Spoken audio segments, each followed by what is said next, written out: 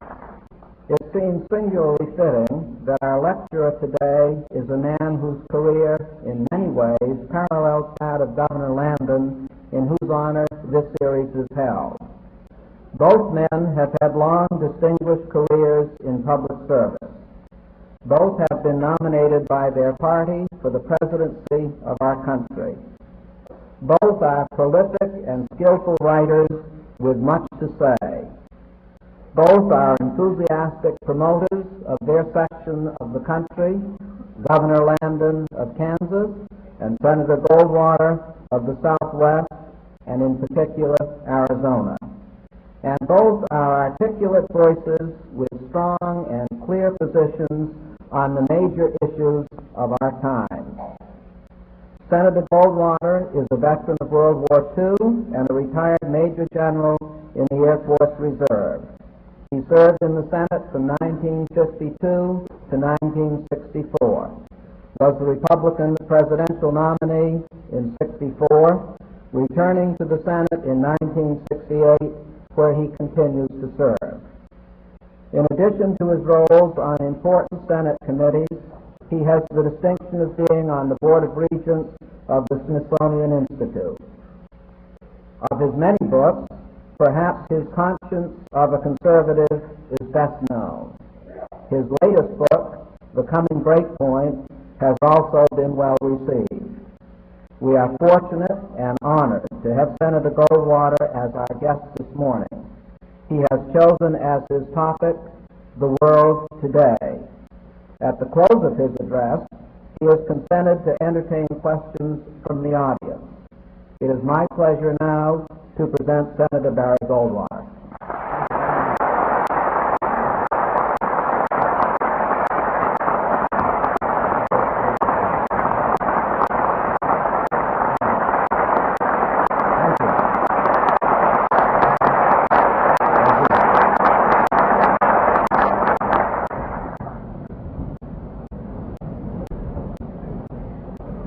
It would be impossible for me to express the honor that I feel on having been invited to deliver a Landon Lecture.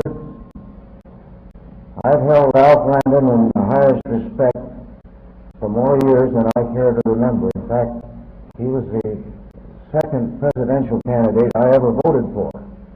And one of the things I've always admired about him that isn't found too often in men in public life, he stays hitched. He hasn't changed his beliefs enough to count, and when he has changed them, he's changed them for the good. He's not a man who's afraid to say he was wrong and consequently make a correction in how he feels. I wish he were here today, but we write each other quite often. He gives me a little hell once in a while, and I question him, and between the two of us, we've stayed together.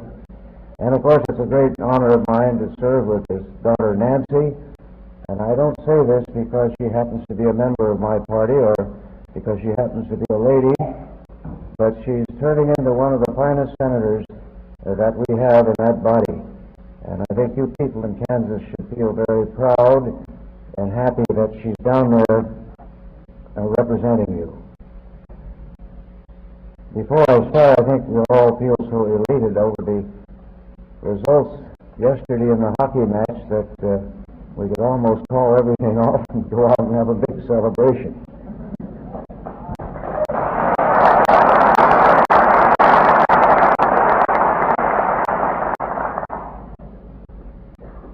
Now, in the background of what I would like to visit with you about this morning developed, most of you students weren't even born.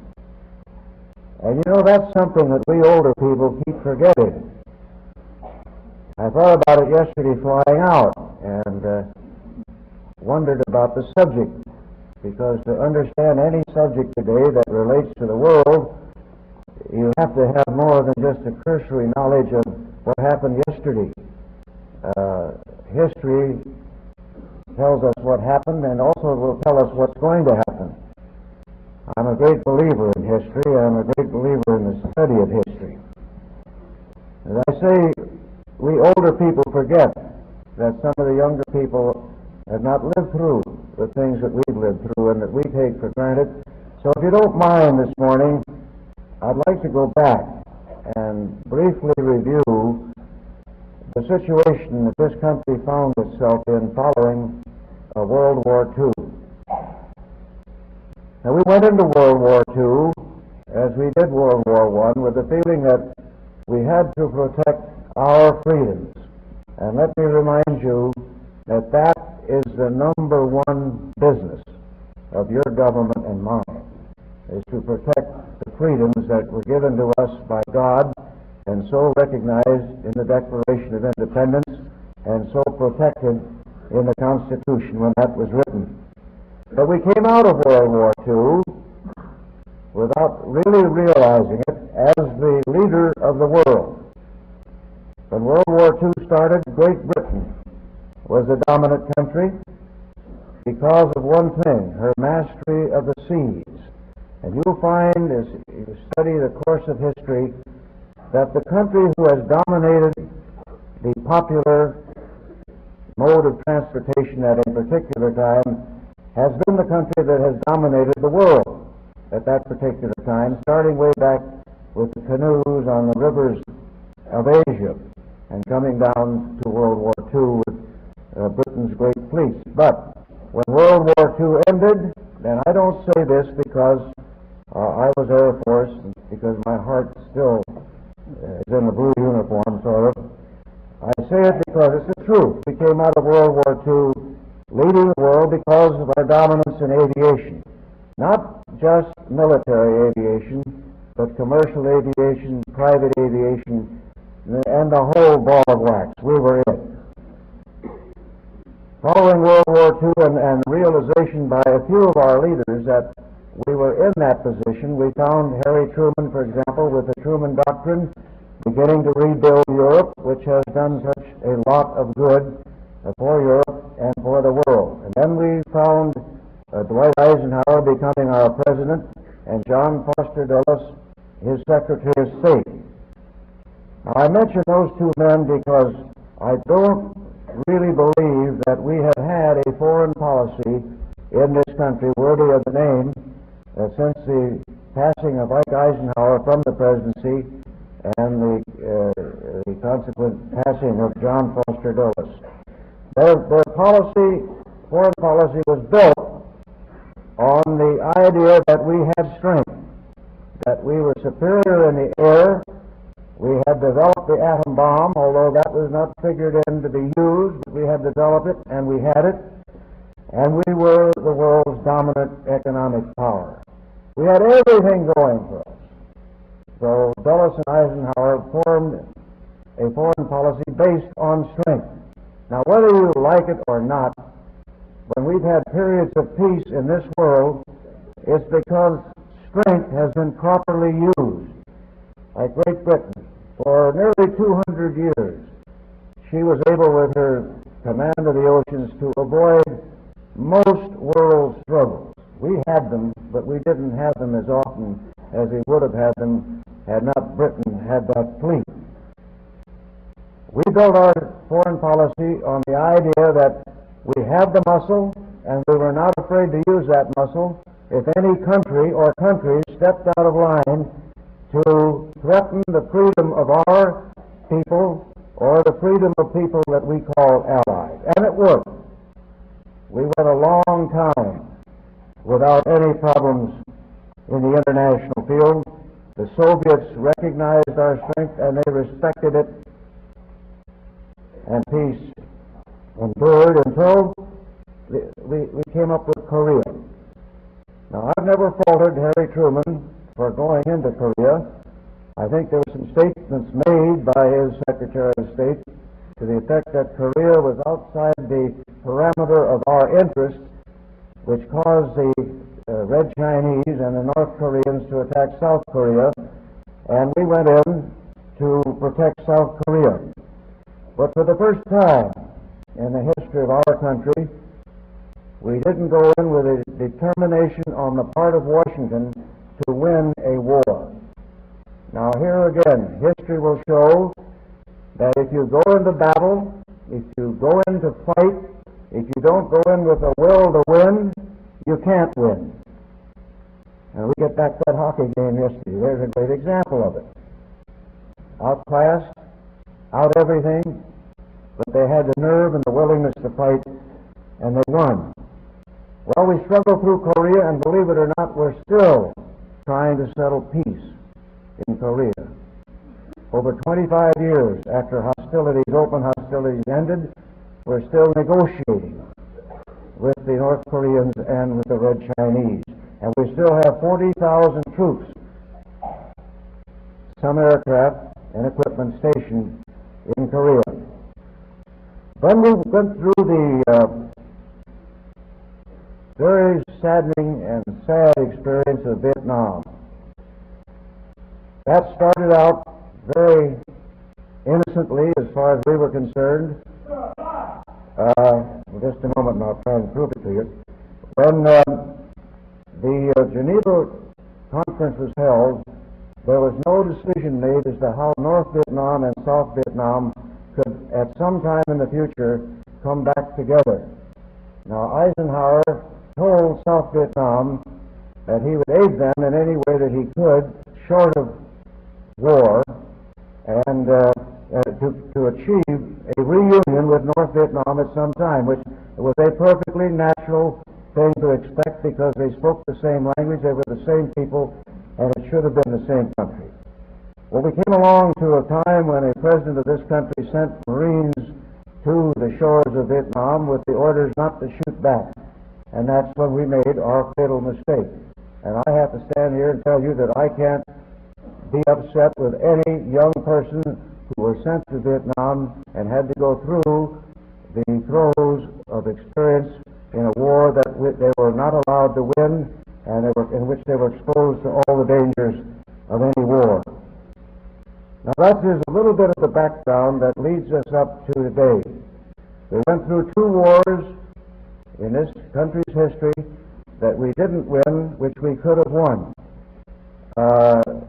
Other countries began to look on us at that time with no definite foreign policy as a country that didn't have the courage to follow, that didn't have the leadership to lead, and consequently we began to see the Cubas coming up.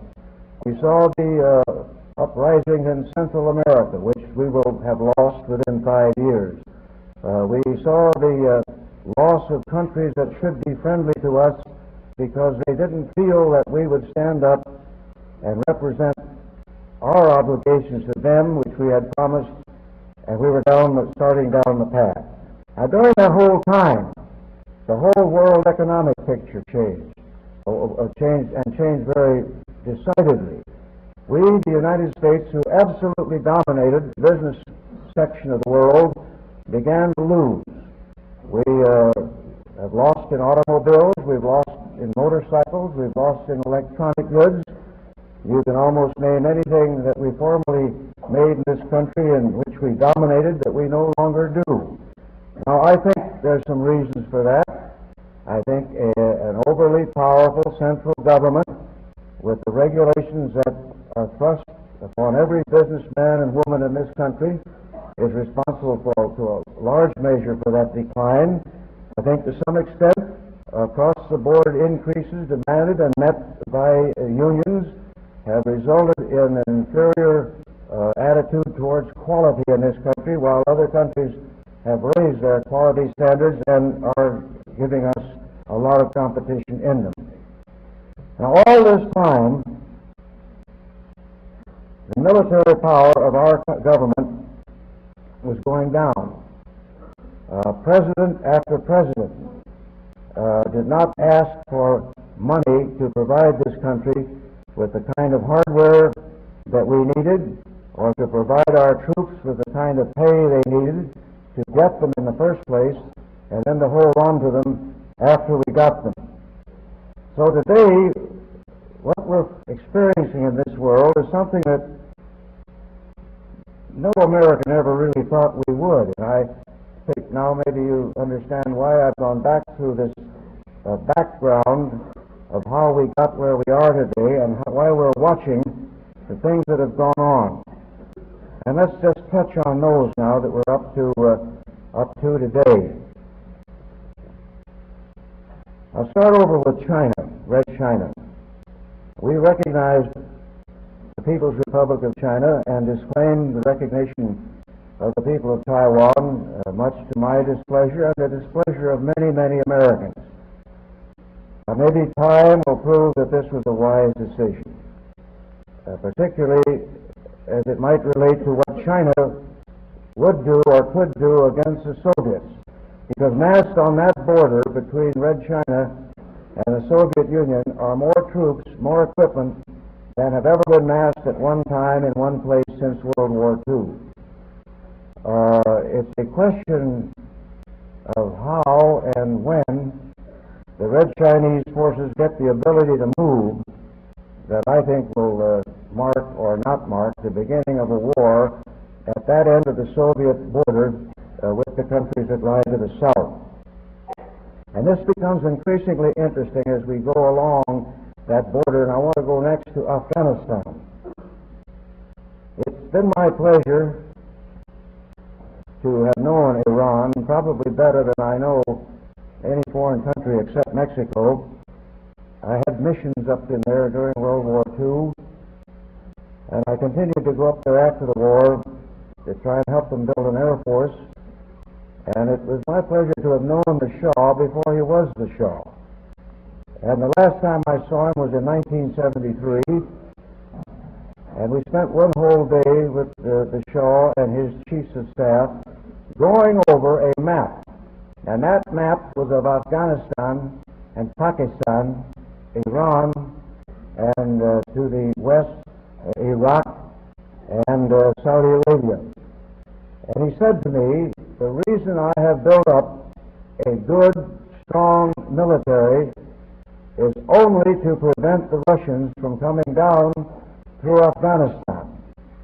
And he said, you people seem to forget that ever since the days of the Tsars, Russia has wanted to be a world naval power. And this she could never be by depending upon the Baltic as her only access to the open seas. She's wanted to get to the Indian Ocean, and that is why he laid out the plans of what the Russians would do, how they would go over the roads they had already built, using airports that they had already built, and he felt the only person, the only country that could stop them with power would be Iran, and he didn't think the Russians would try it as long as they had that power. Well, the Shah went, and so did his military machine. So the Soviets attempted this, and they are now in a position in Afghanistan, I should say, to go to the Gulf or to the Indian Ocean if they want to press it. Why aren't they doing it? I don't think the Soviets realized the attitude the world would take on this invasion of a smaller country. I don't think they realize that the United States would go as far as it's gone to threaten, to defend the Persian Gulf, and to exercise a boycott on the Summer Olympics. That alone may cause the Russians to withdraw troops. I don't know yet. It's a little early. At the same time that the Soviets have been going down the eastern side of Afghanistan preparatory to either going across western Pakistan and its deserts to the Gulf, or across the bottom of Iran to the Straits of Hormuz, they have massed some troops on the northern side of the Caucasian Mountains, we think preparatory to trying to come across those very bad mountains. This would be the place, if they attempted it, where the Russians would be, in my opinion, making a military mistake, because crossing those mountains, it can't be done en masse, it can't be done by convoy, it has to be done on foot, and they would have to depend on airlift, which we fortunately have the ability to withstand with our ships of the fleet, aircraft of the fleet, and the aircraft that we will have stationed in Saudi Arabia by the time that might happen. So the picture we see now is one of Russia poised at one end of Iran, above the Gulf, and poised at the other end above the mountains. Why is the Indian Ocean so important? I personally think it's the most important strategic point in the whole world. The country that can control the Indian Ocean can control the flow of oil to our allies in the Pacific, to us, can control the flow of economics across that ocean from traverse around South Africa, across the Indian Ocean through the Straits of Malacca, which are very narrow, very shallow straits, and could easily be blockaded for our purposes. The United States has only one bastion, you might call it, Diego Garcia, which is a small atoll about 2,000 miles from the Persian Gulf, owned by the British, but manned by us, and we've enlarged it to accommodate B-52s and large ships of the fleet, which will enable us to do away with a 4,000-mile trip from Subic Bay through the Straits to the areas that would cause trouble. The President has said that he will defend the Persian Gulf, and his critics have said it can't be done. I think it can be done. I don't think the Russians are going to try it at this particular time. Now we get to Saudi Arabia. There has been unrest in Saudi, something I never expected to see, but there has been. It's a question now, what will the Yemens do, North and South Yemen? South Yemen is communist, but the people are not. North Yemen might join with South Yemen. That would not be overly disastrous to us, as long as Oman remains friendly to us and we can use the one little airport that she has on Masira Island near the mouth of the Straits of Hormuz. Iran, of course, is a central point of all of this because of the fact that we get about 5% of our energy from the oil wells of Iran. But we're also embroiled now with this business of hostages, and people say, what are we going to do? I don't know what we can do that the President hasn't done. There may be some politics creeping into this. I won't make that charge at this time, but there may be. I expect to see the President at dinner tonight, and I might just suggest to him that we give Khomeini so many days to let the hostages go, or the refinery at Abadan to disappear. Now, that won't affect us.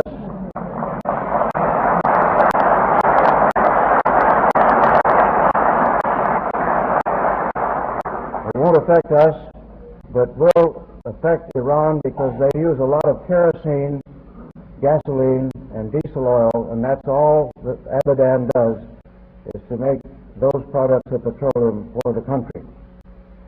Now that brings us to what you might call a bad hole card for the Soviets, Yugoslavia. What happens if Tito dies, and he's not in good shape? We have always considered that Yugoslavia, if the chips were down, would lean towards us, would lean towards the West. That's why we continued to give her surplus aircraft equipment, surplus weapons, and so forth, even though we were roundly criticized for doing it by our own citizens.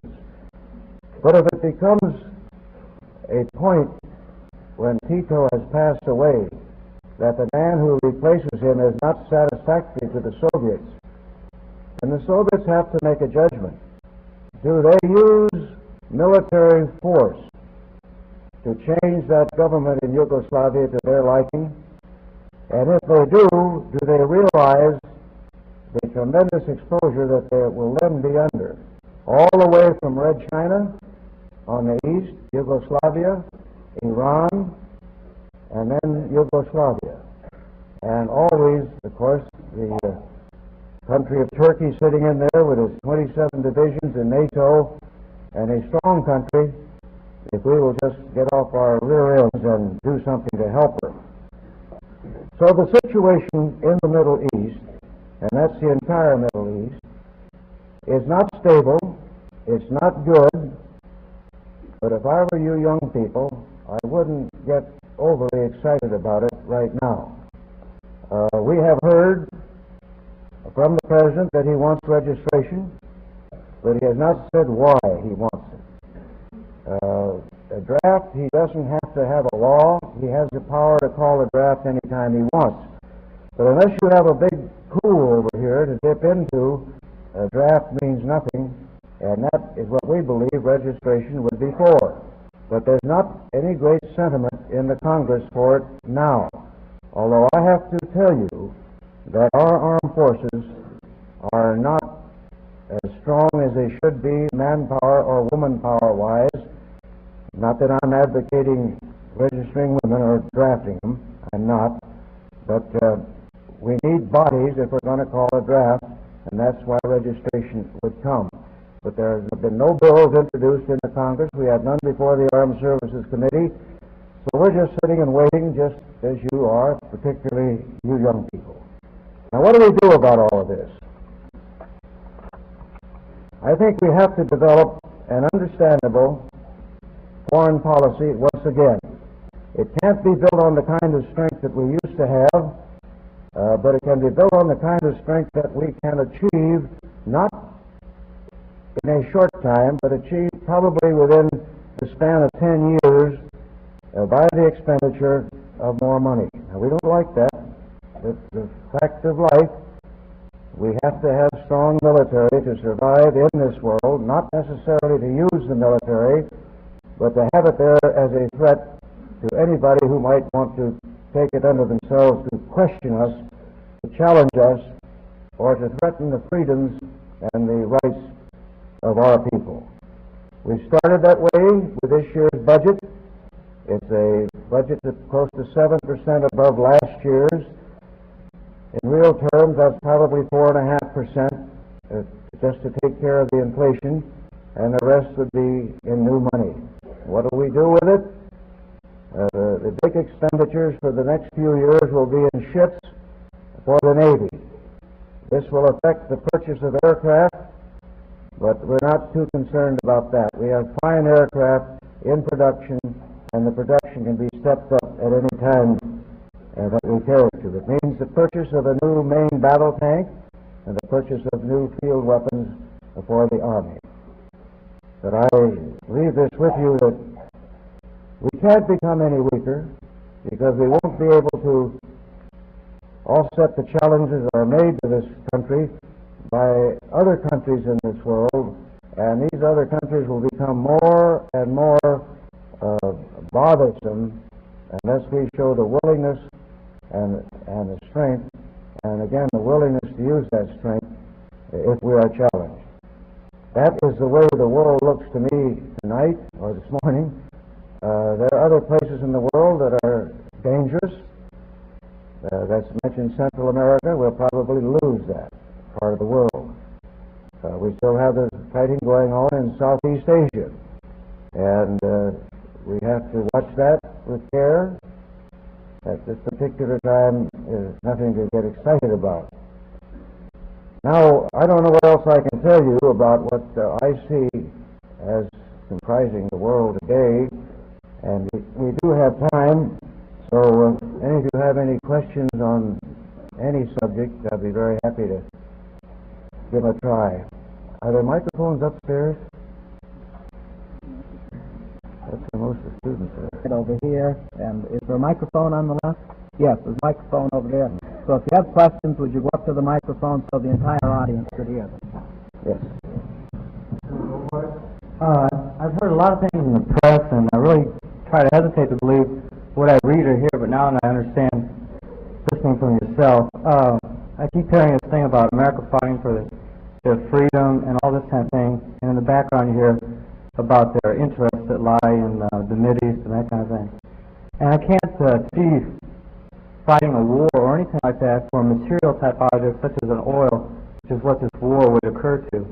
And I believe that Congress and the Senate is being very blind in looking only at a short-term aspect, oil, as opposed to getting into a longer-term investment as far as our energy resources, I wonder why is Congress so intent on this short-term aspect of the energy situation, and that we will fight to the death for something that in 20 years will be gone? And why have we not imposed more energy legislation? Well, to begin with, I don't think I would agree that the Congress has said that they will fight to the death, or that they'll have the country fight to the death. That's a decision that the President has to make, not us. Now, on the other matter, though, I think you're absolutely right in finding fault with the Congress for not having made a more sensible, better approach to the total energy problem. Mind you, this is not new. We first read of this energy problem back in 1952, telling when it would happen and how it would happen and what the extent of it would be. And it was a pretty accurate paper. But we did nothing in that interim to change things. Now, what people who believe as I do would like to see happen for the long-range good would be to remove all price controls, all controls, I should say, from gas and oil. Let the farmer in Kansas or Missouri or Nebraska who finds a little oil on his property, let him receive the same amount for that that is received in the free market. That source alone could come a long way to supplying this country with all the fuel that they need. Let's use the naval oil reserves in California, which have not been tapped. We have to build refineries, I would say, in every state in this union. We need over 80 of them at $1 billion to $2 billion apiece. And if we had those today, we would have satisfied the question that you asked, what have we done? And I have to say, honestly, we haven't done anything. We haven't solved the problem of using coal.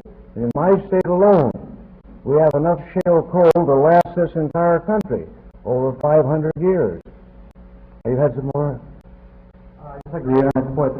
I feel it's still, and I don't mean to be attacking it, but very short-sighted to be backing oil as much as we do. I know the country is very dependent on oil, and that's an unfortunate situation we are, but any way you look at it, it's going to be gone in 20 years, and where's the transition zone we should be in right now?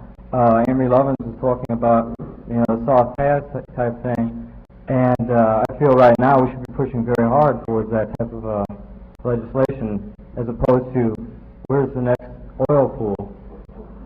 Well, I couldn't agree with you more. I'm in complete disagreement with what we've been doing relative to energy. Now, one thing that you probably haven't been in a position to know about, but NASA has been doing a tremendous amount of research in what we call exotic fuels. And some of these have made progress, some of them haven't gotten off the ground. We have gasohol that's being advocated. That won't take care of a lot of it, but it'll take care of some of it. We have fuel from coal that's possible, very expensive, but it's possible and usable. Those are the areas, plus releasing the initiative of the American that I would like to see us engaged in. And I think it will solve the energy problem, not just for today, but forever. And by the time you get to be 20 years older, the fuels that we're using today probably will be talked about in history books, and that's all.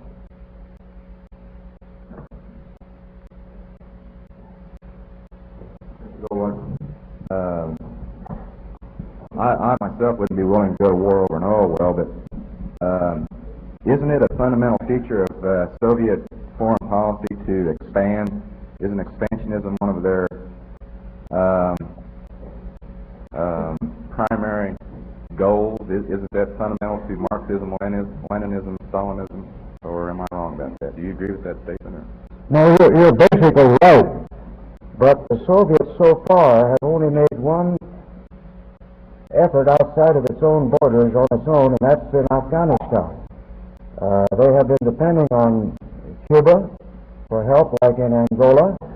They've been depending on Cuba for help, like in the Horn of Africa. In other words, the Soviets have announced to us many, many years ago that they intend to dominate what we call the United States. And they'll do it not through war, but through economic means, by reducing us to an economic level that we will have no other choice but to accept the Soviet line of economics and eventually the Soviet line of government. This is something that very few Americans understand, that very few Americans can remember hearing Stalin, Khrushchev, and the others saying to the United States. But they don't do it at any risk to themselves up to now. Now I think they're getting on risky ground. The current Soviet leadership has not rejected the notion of world domination. Yes, they are, but and they might even be a little more violent than those who have perceived them. I don't think the older leaders would have allowed an invasion of Afghanistan. There's really, outside of getting to the Gulf, of getting to the Indian Ocean, which is very paramount to them, Afghanistan's the last place they'd want to live in. Or anybody else. Mr. Goldwater. Yes. What would the industrial and economic effects be on the nation at this point if, say, tomorrow we would lose access to the Gulf or to the shipping link to the Gulf region? To the Gulf of the Indian Ocean? The Gulf of Indian Ocean? Well, it would be pretty much up to what the Soviets wanted us to do. I imagine as long as there was a form of peace between the two countries that shipping would continue. But if there ever came a time when the Soviets wanted to put a pinch on us, they could stop oil going to the east or to the west. And they could prevent our use of the straits. And this is an old Navy argument going on in the Navy for years. The country that controls the straits of the world will control the commerce of the world, and the Straits of Malacca are just about the only straits left that the Soviets do not have either control of or control through friendly countries. That's the way I see it. I don't know if that answers your question, but that's my concern. Goldwater, in course of your talk, you said that the other countries in this world, some other countries in this world are becoming bothersome. Now, did you say in context of that other countries are realizing more freedom, or do you mean to say that United States cannot have free access to raw materials which she has been enjoying for past so many years?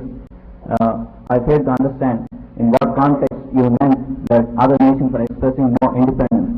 Like, for example, the French is not following the American example of boycotting the Olympics. So, when I just can't understand in what context you said that. Could you clarify that? I hope I understand you. My reference was to the ability of, I said small, I say any country, to more or less thumb their nose at the United States.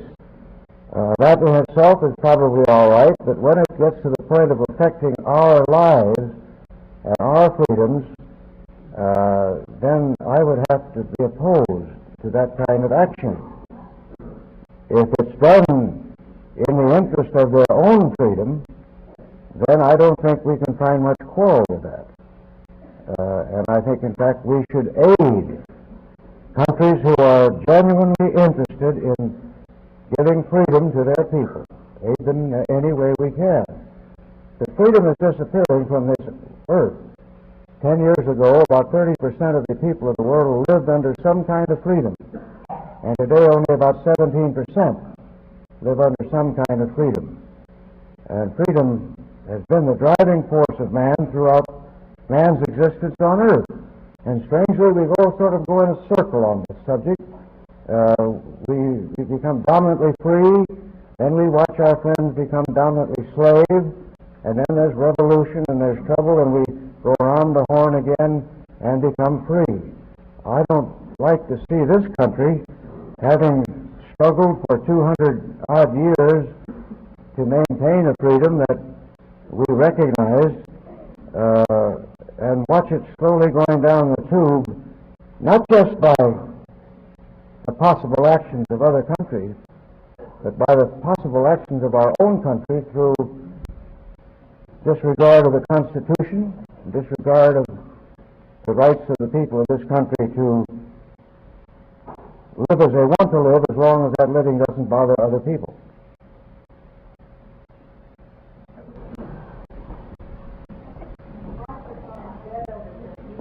I think I can. Okay. My question is, there seems to be evidence of a certain amount of atrocities occurring in Iran under the Shah's reign. And I'm wondering what your stand will be after the International Commission happens to denounce him. What will your stand be if the president will hostages will only be returned to Iran? Well, I'm not going to defend the Shah, nor his period of running that country. But I don't think that the United States should ever make apologies to Khomeini for anything that the Shah did. Yes, we've done business.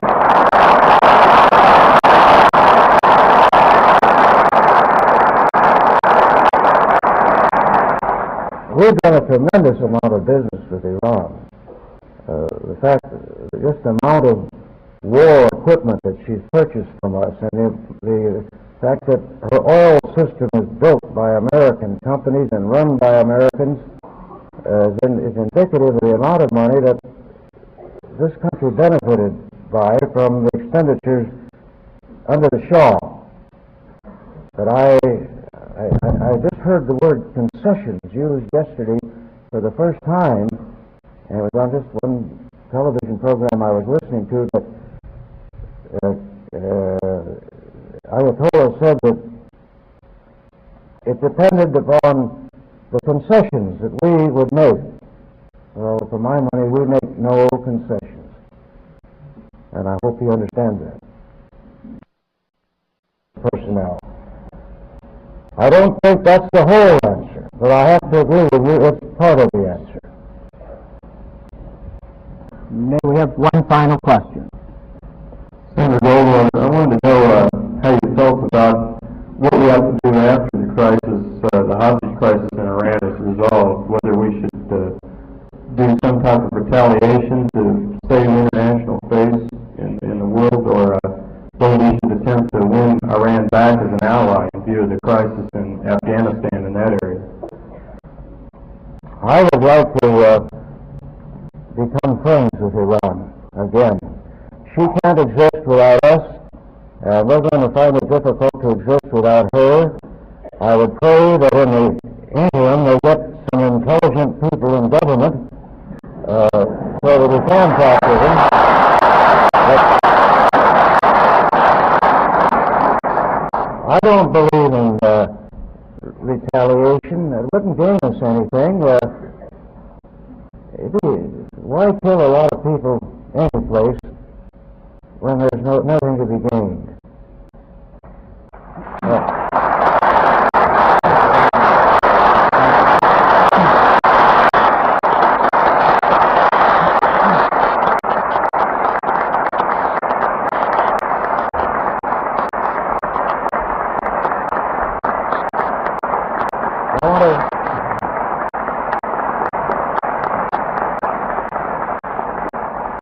I want to thank all of you. This has been a real wonderful experience to have been here with the students and some people that look old enough to be your mothers and fathers. Thank you.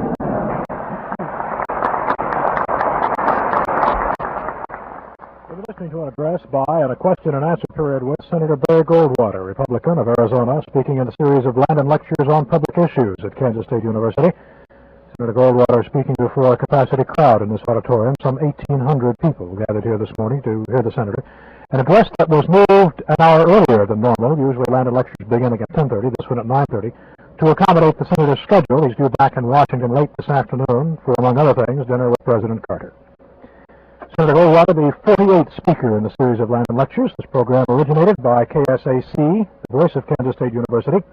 Engineer Del Staub, this is Ralph Titus, and this is the K-State Radio Network.